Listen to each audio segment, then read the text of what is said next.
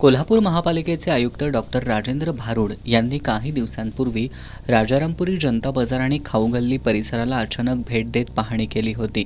यावेळी रस्त्याच्या दुतर्फा, फुटपाथवर आणि सार्वजनिक जागांमध्ये मोठ्या प्रमाणात अतिक्रमण झाल्याचं त्यांच्या निदर्शनास आलं होतं। त्यांनी संबंधित अतिक्रमणांवर तातडीनं कारवाई करण्याचे आदेश दिले होते।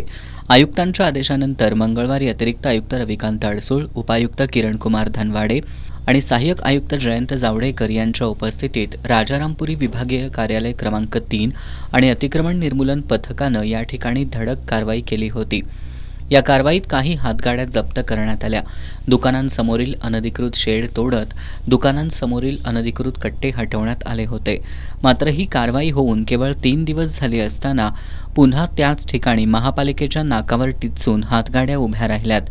त्यामुळे महापालिकेची कारवाई म्हणजे केवळ फार्स आहे का, असा सवाल उपस्थित होऊ लागलाय। विशेष म्हणजे यापूर्वी या गल्लीमधील अतिक्रमण कारवाई हटवलेल्या गाड्या KSBP चौकात लावल्या जात।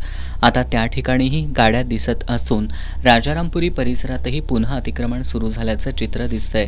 अतिक्रमण हटवल्यानंतर पुन्हा तिथंच अतिक्रमण होत असेल तर महापालिकेच्या कारवाईला अतिक्रमण करणारे जुमानतच नाहीत हे स्पष्ट होतंय। हे सगळं चित्र बघता शहरातील वाहतूक कोंडी, फुटपाथवरील अतिक्रमण आणि नागरिकांच्या गैरसोयीबाबत महापालिका खरंच गंभीर आहे का? अतिक्रमण विभाग फक्त फोटो सेशन पुरती कारवाई करतोय का, असे प्रश्न उपस्थित होऊ लागलेत।